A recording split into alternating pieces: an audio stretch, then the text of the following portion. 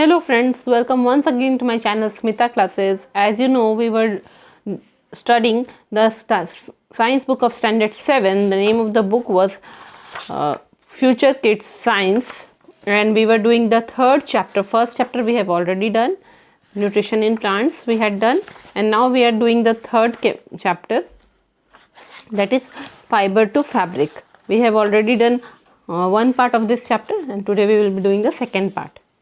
Rearing and breeding of sheep. Sheep rearing indicates looking after sheep by providing food, shelter and healthcare. Sheep feed on plants, seeds and grains, so they are known as herbivores, and the people who take care of them are known as shepherds. Rearing of sheep in mountains and deserts is very frequent. This is because abundant fodder is available in the large deserts and forests. Therefore, flock of sheep may be moved from place to place to take advantage of cheap feeds and natural fodder forage. You can meet grazing flock of sheep under the control of shepherds in Great Desert of Rajasthan and in the forests of Madhya Pradesh, Maharashtra and Karnataka. Sheep have a lifespan of about 10 to 12 years. They eat grass and leaves. In winter, sheep are kept indoors and fed on leaves, grain and dry fodder. Many types of sheep are bred for their fine wool and can easily adapt themselves to semi-arid conditions with the ability to produce large amounts of wool fibers. Breeding is mainly done to acquire animals with desired quality. The two sheep of desired quality are selected as parent and they are crossed to attain new breed of sheep having the best chosen quality of both parents, such as soft under hair. This type of breeding is known as selective breeding. This way, the high yield breeds of sheep are produced. These type of sheep have thick coat of hair and good quality wool. More than 40 breeds of sheep live in India, though not all of them are readily available. Sheep are critical to India's economy, used to produce carpet, clothing and mutton. A 2003 census revealed that the country has a sheep population of 61.5 million. Not 61.5, 615 million. ठीक है, तो rearing and breeding of sheep है कि sheep को अच्छी तरह से उसका पालन पोषण करना और ब्रीडिंग कराना, मतलब कि उससे और नए नए शीप को रिप्रोड्यूस करना, वो काम है rearing and breeding of sheep. ठीक है, शीप रियरिंग में क्या होता है, शीप के पालन पोषण में क्या होता है कि शीप की देखभाल करनी है, उन्हें खाना देना है, छाया देना है, रहने के लिए जगह देनी है और उनके हेल्थ का ध्यान रखना है.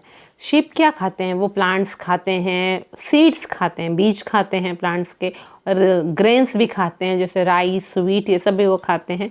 इसलिए वो हर्बीवोर्स होते हैं. और जो लोग उनका केयर करते हैं वो लोगों को क्या कहते हैं, शेपर्ड्स कहते हैं, है? चरवाहे जिनको हम बोलते हैं. शीप को जो है उसको कहाँ रखा जाता है, शीप का रियरिंग, उसमें उसका पालन पोषण कहाँ करते हैं, ज़्यादातर माउंटेन्स में या डेजर्ट्स एरिया में ज़्यादा किया जाता है. क्यों? क्योंकि माउंटेन्स और डेजर्ट एरिया में बड़े बड़े डेजर्ट एरिया है या बड़े बड़े जंगल जो हैं, वहाँ पे क्या होता है, बहुत ज़्यादा अमाउंट में फॉडर होता है, मतलब कि वो जो सूखी घास होती है शीप को खाने के लिए वो बहुत ज़्यादा होता है. तो वो सब एरिया में इसलिए किया जाता है. इसीलिए क्या है कि जो शीप का ग्रुप है, जिसे हम फ्लॉक कहते हैं, फ्लॉक ऑफ शीप जो है, शीप का ग्रुप को एक जगह से दूसरे जगह मूव कर दिया जाता है, लेके जाया जाता है एक जगह से दूसरी जगह, ताकि उनको जो है नेचुरल फॉडर उनको मिल जाए, है ना. जंगल के ही एरिया में उनको नेचुरल पौधे मिल जाए खाने को, सूखी घास मिल जाए, और इस तरह उनको खिलाना सस्ता पड़े, उनको खिलाना महंगा नहीं पड़े. ठीक है, आप चरते हुए शीप के ग्रुप को, चरते हुए फ्लॉक ऑफ शीप को, ग्रेजिंग फ्लॉक ऑफ शीप को कहाँ कहाँ देख सकते हैं. आप देख सकते हैं कि उन्हें चरवाहे अपने कंट्रोल में रख रहे हैं, शेपर्ड्स अपने कंट्रोल में रख रहे हैं. कहाँ पे? ग्रेट डेजर्ट ऑफ राजस्थान के जो बड़े बड़े विशाल डेजर्ट है, थार डेजर्ट जैसे हम कहते हैं, वहाँ पे आप देखेंगे कि शेपर्ड्स शीप को चरा रहे हैं. और इसी तरह जो है मध्य प्रदेश में जो जंगल है, वहाँ पे महाराष्ट्र के जंगलों में और कर्नाटका के जंगलों में शीप सबसे ज़्यादा दिखाई देता है. शीप का जीवन कितना है, उसका लाइफ स्पैन 10 से 12 ईयर्स है, मतलब 10 से 12 वर्ष वो जीता है, फिर उसकी मृत्यु हो जाती है. ठीक है, वो क्या खाता है, घास और पत्ते खाता है. ठीक है, ठंड के दिन में क्या है कि शीप को अंदर रखा जाता है, क्योंकि शायद वो ठंड सह नहीं पाए, इसलिए उन्हें घर के भीतर रखा जाता है. ठीक है, और उन्हें पत्ते और घास और ये दिए जाते हैं, ग्रेन्स दिए जाते हैं, है ना, व्हीट, राइस, ये सब दिया जाता है, मेज़ वगैरह दिया जाता है. और जो है बहुत लोग जो है शीप को ब्रीड कराते हैं ताकि उनसे फाइन वूल मिले, बहुत अच्छा क्वालिटी का ऊन मिले. ठीक है, और जो है और चूंकि उनको जब ब्रीड कराएंगे तो उनमें अच्छा क्वालिटी आएगा, जिसके कारण है कि वो कैसा भी सेमी एरिड कंडीशन होगा, मतलब कि आधा सूखा पड़ रहा होगा और थोड़ा मॉइस्चर होगा उस एरिया में, थोड़ी बारिश हो रही होगी, आधा सूखा पड़ रहा होगा, तो ऐसे कंडीशन में भी, जैसे डेजर्ट जैसे एरियाज में भी वह जीवित रह सके। इसीलिए उनको क्रॉस ब्रीड कराया जाता है ताकि अच्छे क्वालिटी ऑफ शीप को प्रोड्यूस किया जा सके, ठीक है, ताकि उनमें से अच्छा बहुत ज़्यादा अमाउंट में वूल फाइबर ले सके, ऊन के रेशे ले सके, ठीक है। अब ब्रीडिंग कैसे करते हैं? ब्रीडिंग इसलिए करते हैं ताकि जो है हम लोग को अच्छे क्वालिटी का एनिमल्स मिले। जैसे हम लोग चाह रहे हैं कि उनका हेयर बहुत सॉफ्ट हो, बहुत थिक हेयर हो, ताकि उससे ऊन बनाया जा सके। दो ऐसे शिप को चूज़ किया जाता है, एक मदर शिप एक फादर शिप को चूज़ किया जाता है, जो अच्छे क्वालिटी के होते हैं, जिनमें डिज़ायर्ड क्वालिटी होता है, जैसा हम चाह रहे हैं शिप में हो, ठीक है। फिर उनको जो है क्रॉस्ड किया जाता है, मतलब कि उनको साथ में रख के उनसे यंग वंस प्रोड्यूस किया जाता है, ठीक है। तो फिर उनसे ये जो यंग वंस प्रोड्यूस होगा वो नया ब्रीड ऑफ शीप होगा, उनमें दोनों पेरेंट और मदर का क्वालिटी आएगा उस न्यू ब्रीड ऑफ शीप में, ठीक है, जो कि हम लोग चूज़ करके वो मदर फादर को एक साथ रखे थे ताकि बेस्ट क्वालिटी का हमको शीप मिले, ठीक है। उसका अंडर हेयर, जो उसके ऊपर के स्किन के कोट के अंदर जो हेयर है वो बहुत ही सॉफ्ट होगा ऐसे शीप का, ठीक है। तो इस टाइप का ब्रीडिंग जब हम लोग कराते हैं कि हम लोग सोच के पेरेंट्स को रखते हैं ताकि अच्छा ब्रीड ऑफ शीप प्रोड्यूस हो, उसको कहते हैं सेलेक्टिव ब्रीडिंग, ठीक है। अब जो है ऐसे जो शीप होते हैं जिनको सिलेक्टिव ब्रीडिंग कर प्रोड्यूस किया जाता है, वो high yield breed of sheep produce होते हैं, मतलब कि उनमें से बहुत ऊन निकलेगा और बहुत अच्छे क्वालिटी का ऊन निकलेगा। इनका जो कोट ऑफ हेयर है, जो उनके शरीर पे जो हेयर है, वो बहुत ही मोटा रहेगा और अच्छे क्वालिटी का ऊन निकलेगा। इंडिया में जो है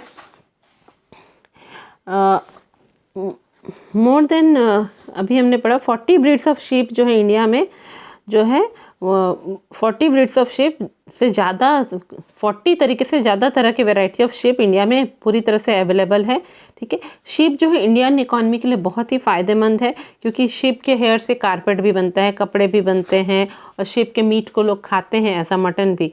एक 2003 में एक सेंसस किया गया था, मैंने एक सर्वे किया गया था, ठीक है, उसमें काउंटिंग वगैरह किया गया था, तो उससे पता चला कि इंडिया में जो शीप का पॉपुलेशन क्या है, 615 मिलियन शीप है यहाँ पे, है ना, 615 मिलियन शीप है। Processing fiber into wool. There is a long process which is followed to obtain wool from the fleece of sheep. A sheep or yak body has thick coat of hair known as fleece. Let's study about these sheep steps in detail. Shearing. The first step involves shearing. The process of removing the fleece using special clippers is called shearing. Shearing is done manually with a razor or with the help of a shearing machine.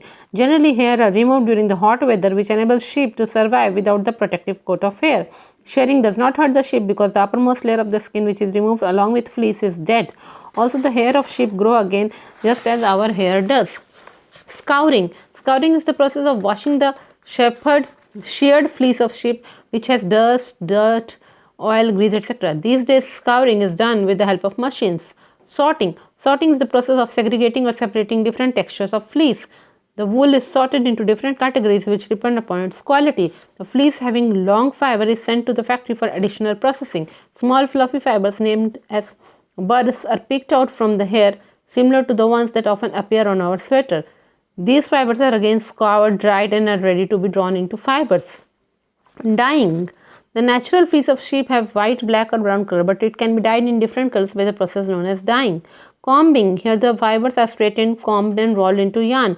Hair are sent into a carding machine. It combs the loose wool hair fibers into a sheet. This sheet is twisted into a rope or silver. This silver is twisted and stretched into a yarn. The yarn is wound to form balls of wool. These balls are used to make sweater and other warm clothes. The finest quality of wool is derived from the fleece of merino sheep. The quality of wool is determined by the fiber diameter, crimp, yield, color, and strength. Spinning.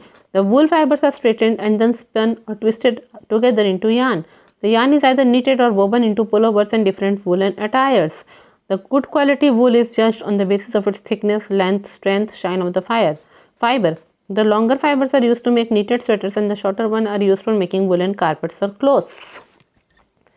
Processing of wool. Shearing. Removing hair from the body of the animal. Scouring. Washing fleece to remove dirt, dust, sweat, grease. Sorting. Separating long, fine quality fleece from broken pieces. Dyeing. Adding color to wool. Combing. Removing burrs from fleece. Spinning, spun और twisted to make yarn. ठीक है, तो अब हम लोग पढ़ेंगे कि ठीक है किस तरह से शीप को सेलेक्टिव ब्रीडिंग किया जाता है, ये तो हमने पढ़ लिया। अब जो है कि शीप के बॉडी से वूल कैसे निकालते हैं और उसको फिर कैसे प्रोसेस करते हैं कि बढ़िया क्वालिटी वूल बने, ठीक है, उसके बारे में पढ़ेंगे। प्रोसेसिंग फाइबर इनटू वूल, ठीक है, एक बहुत ही लंबा प्रोसेस है जिससे कि जो शीप के ऊपर का जो हेयर होता है, हेयर और स्किन होता है, एक हेयर के लेयर को हम लोग फ्लीस कहते हैं, ठीक है, तो वो कैसे फ्लीस से ऊन बनाया जाए, इसका पूरा एक लंबा प्रोसेस है।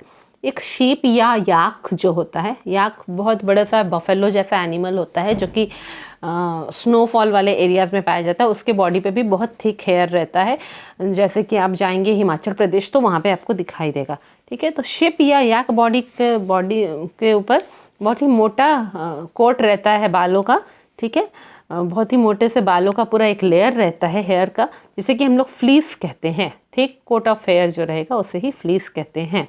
अब पहला स्टेप क्या है, शेयरिंग है।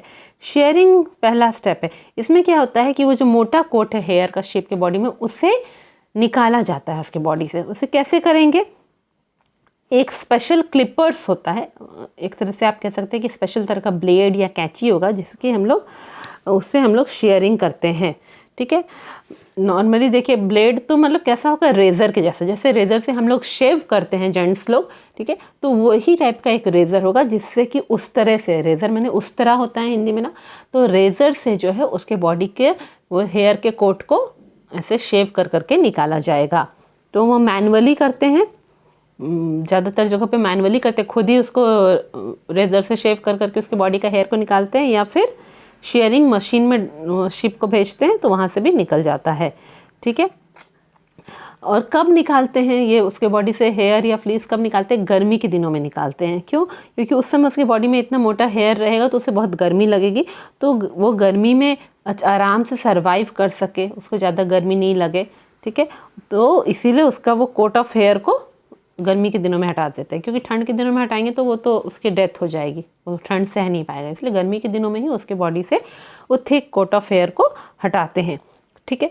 अब ये जो शेयरिंग करते हैं, रेज़र यूज़ करके उसके ऊपर का कोट ऑफ हेयर को निकालते हैं हम लोग, उससे शिप को चोट नहीं लगती है, ठीक है, क्योंकि जब हम लोग उसको निकालते हैं तो उसके बॉडी का जो upper most layer of skin है, बॉडी में लेयर स्किन का रहता है, तो जो सबसे ऊपर वाला लेयर है वो ही रिमूव होता है वो हेयर के कोट के साथ, ठीक है। तो वो जो upper most layer of skin होता है, उसके ऊपर जो फ्लीस होता है, फ्लीस एक तरह का डेड पार्ट होता है, और वो upper most layer of skin भी डेड पार्ट है, उसमें कट लगने से शीप को चोट महसूस नहीं होती है। जैसे हम लोग अपने नेल्स को काटते हैं तो हमें चोट नहीं लगती ना, उसी तरीके से। और फिर है कि शीप के बॉडी में फिर से हेयर ग्रो हो जाता है, ठीक है, जैसे हम लोग के बॉडी में हम लोग अपने सिर के बाल को कटाते हैं फिर से बाल आ जाता है ना, उसी तरह शीप के बॉडी में फिर से हेयर आ जाता है। यानी शेयरिंग में क्या हुआ, शेयरिंग का मतलब है कि removing the hair from the body of the animal, ठीक है। अब नेक्स्ट स्टेप जो है वो क्या है, स्काउरिंग है। स्काउरिंग में क्या है, अब हम शेयर्ड फ्लीस को निकाल लिए है ना, रेजर से उस फ्लीस को शीप के बॉडी से निकाल दिए, पर उसमें क्या रहता है, चूँकि शीप पूरे धूल मिट्टी में इधर उधर घूमता है तो उसमें क्या रहेगा, धूल रहेगी, गंदगी रहेगी, ऑयल भी रह सकता है ना, शीप का बॉडी ऑयल भी रह सकता है, ग्रीस भी हो सकता है, किसी गाड़ी वाड़ी के आसपास से उससे बॉडी में लगा होगा, वो सब कुछ रहता है उसमें, ठीक है। तो मशीन के मदद से क्या होता है कि जो है ये जो फ्लीस हम लोग निकाले हैं, शेयर्ड फ्लीस, उसको कहते हैं वॉश करते हैं ताकि उसको साफ़ कर सके, हाँ, वो जो थिक कोट ऑफ हेयर है उसकी वॉशिंग होती है, वही है स्काउरिंग प्रोसेस। उसके बाद सॉर्टिंग प्रोसेस में क्या होता है कि देखिए जो फ्लीस निकला ना वो कहीं कहीं पे बहुत थिक होगा, कहीं कहीं पे बहुत ही थिन होगा, ठीक है, बहुत मोटा लेयर होगा, कहीं कहीं पतला लेयर होगा। तो सॉर्टिंग में क्या है, सेग्रीगेट करते हैं, मतलब अलग अलग करते हैं अलग अलग टेक्सचर ऑफ फ्लीस को, जो बहुत ही सॉफ्ट और बहुत ही फाइन होगा, बहुत ही थिन होगा, वो फ्लीस को अलग करते हैं, सेग्रीगेट करते हैं। जो थोड़ा मोटा है उसको अलग करते हैं। तो अलग अलग टेक्सचर का, यानी छूने में जो अलग अलग फील होगा और देखने में थिकनेस थिननेस अलग होगा, उसको अलग अलग सेपरेट करते हैं, सेग्रीगेट करते हैं। इसी प्रोसेस को हम लोग कहते हैं सॉर्टिंग कहते हैं, ठीक है। अब वूल को अलग अलग कैटेगरी में बनाया जाता है उसकी क्वालिटी के हिसाब से, है ना, कोई थिक वूल होता है, कोई थिन वूल होता है, कोई सॉफ्ट वूल होता है, उस तरह। तो जो है फ्लीस में है कि लंबे लंबे फाइबर होते हैं, जो फ्लीस निकलता है उसकी बॉडी से उसमें बहुत लंबे लंबे फाइबर होते हैं, लंबे लंबे रेशे होते हैं, ठीक है। तो उसको जो है फैक्ट्री भेज दिया जाता है ताकि उसकी और प्रोसेसिंग करी जा सके। पहले तो उसको अलग अलग कर दिए, फिर उसको फैक्ट्री भेज देते हैं उसको और प्रोसेसिंग करने के लिए, ठीक है। अब क्या है कि जिस तरह हमारे स्वेटर के ऊपर बॉबलिन्स आ जाते हैं ना, छोटे छोटे दाने आ जाते हैं स्वेटर के ऊपर ना कुछ दिन पहनने से, उसको बर्स बोलते हैं, BURRS। उसी तरह जो है शीप का जो फाइबर निकला है उस फाइबर के ऊपर भी गोल गोल फ्लफी फाइबर जैसा आ जाता है, जिसे बर्स कहते हैं।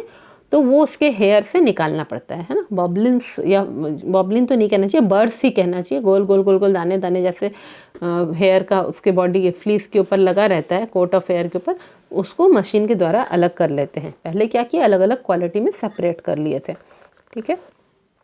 तो जैसे कि हमारे स्वेटर के ऊपर हो जाते हैं, ठीक है। तो उसके बाद जो है उसको निकाल लिए, बर्स उसके ऊपर से निकालिए, फिर से हम लोग स्कॉवरिंग करेंगे, फिर से उसको वॉश करेंगे, उसको ड्राई करेंगे। अब उसमें से रेशे या फाइबर्स आसानी से हम लोग निकाल सकते हैं। अब डाइंग आया। देखिए ज़्यादातर शीप जो है वो 2-3 कलर के ही मिलते हैं, वाइट, ब्लैक या ब्राउन कलर के ही मिलते हैं, ठीक है। तो पर क्या होता है, हम लोग को तो स्वेटर का ऊल बहुत सारे कलर्स का मिलता है, यानी कि जो ये ब्राउन, वाइट या ब्लैक कलर का जो शीप का हेयर निकलता है उसको डाई किया जाता है, मतलब उसमें कलर लगाया जाता है, कलर चढ़ाया जाता है।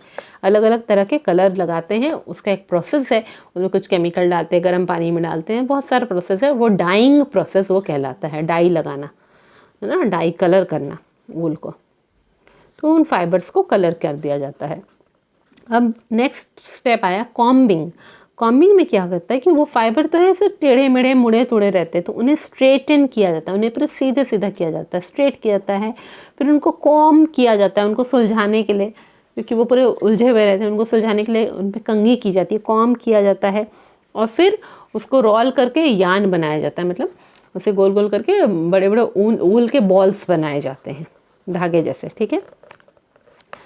उसके बाद जो है इतना करने के बाद क्या है कि हेयर को एक कार्डिंग मशीन में भेजते हैं, ठीक है। तो वो क्या करता है कि वहाँ पे भी अंदर कंघी होती है, ये फाइबर की कंघी होती है। तो वो कंघी करते समय क्या करता है कि जितना भी लूज वूल फाइबर है उसको एक शीट में बदल देता है। ऐसे टुकड़े टुकड़े टुकड़े टुकड़े धागे जैसे निकले होंगे ना वो वूल से, उसको ऐसे कंघी करेगा कि पूरा एक प्लेन शीट जैसा बन जाता है, ठीक है। पतला पतला शीट निकल आएगा। फिर शीट्स को ऐसे ऐसे करके ट्विस्ट करता है, जैसे हम लोग अपने बाल की चोटी बनाते हैं, ऐसे ऐसे ट्विस्ट करके करते हैं ना, वैसे ही वो जो शीट्स निकला उसको वो ट्विस्ट कर करके रोप जैसा बना देता है, ठीक है।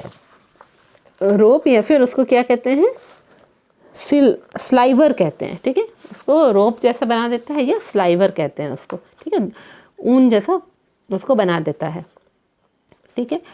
उसके बाद जो है ये जो पतला पतला रोप बना दिया उसका, वो उसको ऐसे ट्विस्ट कर करके फिर वो जो है वो रोप को फिर और ट्विस्ट किया जाता है और उससे धागे जैसे बनाए जाते हैं। धागे मतलब ऊन के धागे जो मोटे मोटे थोड़े होते हैं, ठीक है।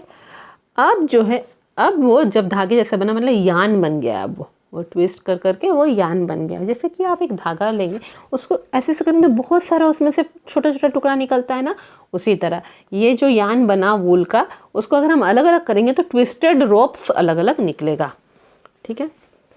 अब इस यान को फिर जो है बॉल में चेंज किया जाता है, उसको रोल कर करके बॉल बनाया जाता है इस वूल का यान को, ठीक है। और इसी बॉल्स को सबको बाज़ार में बेचा जाता है, ऑल्दो बॉल फॉर्म में नहीं बेचते हैं वो लोग, खुले लूज फॉर्म में बेचते हैं, ठीक है। उससे स्वेटर और गर्म कपड़े बनाए जाते हैं, ठीक है। तो जो सबसे अच्छा क्वालिटी ऑफ वूल मिलेगा वो किस शीप से मिलता है, एक शीप है मेरिनो शीप।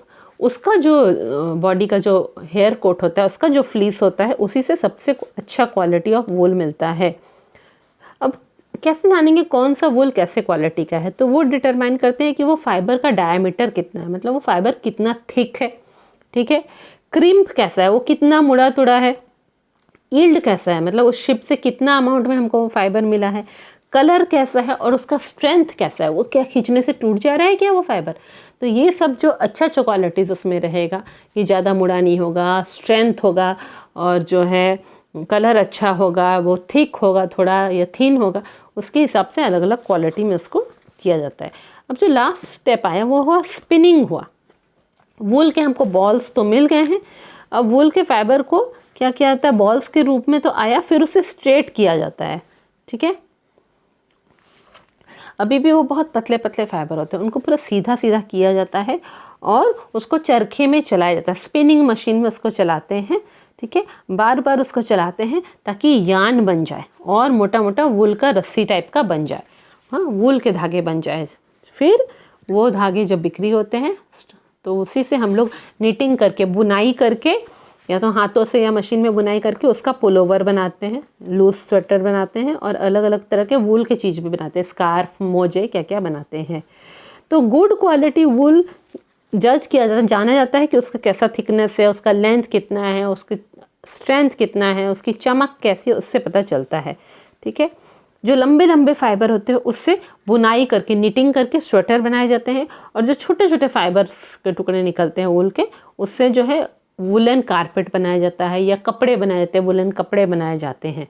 तो ये सारा प्रोसेस था आपका sharing, scouring, sorting, dying, combing और स्पिनिंग, ये सारा प्रोसेस था। फाइनली वूल से स्वेटर बनाने के प्रोसेस में ये सारा स्टेप्स आता था। ठीक है, Types of wool. The market value of wool primarily depends on fineness and length of its fibers. The following systems are followed in wool processing. Woolen system.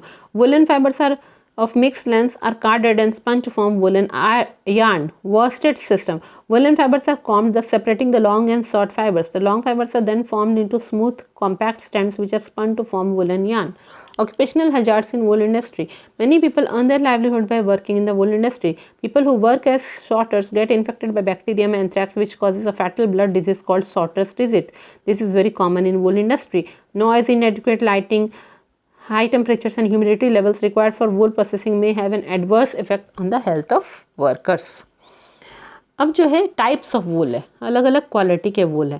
ठीक है, तो किसी वूल का मार्केट वैल्यू क्या है, मतलब कि वो कितने प्राइस में बिक रहा है, हाई प्राइस में, लो प्राइस में, वो डिपेंड करती है वूल कितना फाइन है, कितना वो पूरा नरम है, मुलायम है, कितना फाइन वूल है, और उसका फाइबर्स कितना लंबा लंबा है, बहुत छोटे छोटे फाइबर्स तो नहीं है।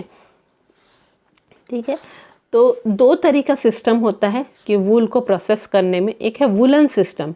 ठीक है, वूलन सिस्टम में क्या होता है कि वूल के फाइबर्स को मिक्स कर देते हैं, हाँ, और फिर उनका क्या करते हैं, कार्डिंग करते हैं, वूल के फाइबर्स को मिक्स करके, जहाँ पे उस पर कंघी की जाती है और उसका शीट्स बनाया जाता है, और फिर उसको स्पिनिंग करते हैं ताकि वूल के धागे बन के निकले, यानी अलग अलग लेंथ वाले को मिक्स करके स्पिनिंग करके लास्टली निकालते हैं। यह है वूलन सिस्टम। और एक वर्स्टेड सिस्टम क्या है कि वूल के फाइबर को कॉम्ब कर दिया जाता है, कंघी की जाती है, फिर उसमें से सेपरेट कर देते हैं लॉन्ग और शॉर्ट फाइबर को। लॉन्ग फाइबर्स को फिर जो है उससे लंबे लंबे पूरे टाइट लंबे लंबे रोप्स जैसे निकालते हैं, और उसको फिर स्पिनिंग करके वूल का बड़ा बड़ा बॉल्स बनाया जाता है। ठीक है, अब है कि ऑक्यूपेशनल हजार्ड्स, माने किसी ऑक्यूपेशन में अगर लोग काम कर रहे हैं, किसी प्रोफेशन में काम कर रहे हैं, तो वहाँ के क्या नुकसान भी होते हैं, है ना, वहाँ से उसको क्या, उसके हेल्थ को नुकसान हो रहा है वूल इंडस्ट्री से। बहुत लोग हैं जो कि वूल इंडस्ट्री में काम करते हैं, स्वेटर्स वगैरह बनाने में या फाइबर को सॉर्टिंग करने में, तो उस समय उन लोग जब वूल को सॉर्ट कर रहे होते हैं तो वूल के फाइबर्स उड़ते हैं हवा में। ठीक है, तो उस समय उनको वूल में क्या होता है, जब वो रॉ वूल शिप से लाया गया तो उसमें बैक्टीरिया रहता है, एंथ्रेक्स रहता है, हाँ, एक तरह का सब अलग अलग तरह का माइक्रो ऑर्गेनिज्म रहता है, क्योंकि वो तो शिप के बॉडी से निकाला गया है, तो जिसके कारण जो है एक तरह का ब्लड डिजीज़ हो जाता है वर्कर लोग को, जो कि बहुत ही खतरनाक भी है, जान भी जा सकती है। वह ब्लड डिजीज़ कहलाता है सॉर्टर्स डिजीज़, और ये बहुत कॉमन है, ज़्यादातर वर्कर को ये डिजीज़ हो जाती है। इसी तरह जहाँ पे काम किया जा रहा है, वूल का प्रोसेसिंग किया जा रहा है, अगर वहाँ बहुत शोर होता है क्योंकि मशीन चलता है, लाइट अच्छे से वहाँ पे अरेंजमेंट नहीं होता है, आँखों पे प्रेशर पड़ता है, वहाँ बहुत गर्मी भी होती है, मशीन वगैरह चलता रहता है तो गर्मी भी होती है। साथ ही साथ वूल का काम करने के लिए क्या होता है कि हाई टेम्परेचर की भी ज़रूरत है और हाई ह्यूमिडिटी भी की है, थोड़े मॉइस्चर भी होना चाहिए एयर में। तो ये सब जो ज़रूरत होती है वूल का काम करने में, तो ये सब के कारण जो है वर्कर्स के हेल्थ पे असर पड़ता है। आज हम लोगों ने वूल के बारे में पूरा पढ़ लिया। ये सेकंड पार्ट आपका हुआ। थर्ड पार्ट में हम लोग सिल्क के बारे में पढ़ेंगे। आज के लिए इतना ही, जल्दी ही मिलते हैं नेक्स्ट वीडियो में। और बहुत जल्दी आपके एसएसटी के वीडियोस भी आएंगे, इंग्लिश हिंदी सबके वीडियोस आएंगे। अपने फ्रेंड्स लोगों के साथ शेयर करते जाइए ये सारे वीडियोस, और चैनल को सब्सक्राइब करना ना भूलें। Thank you.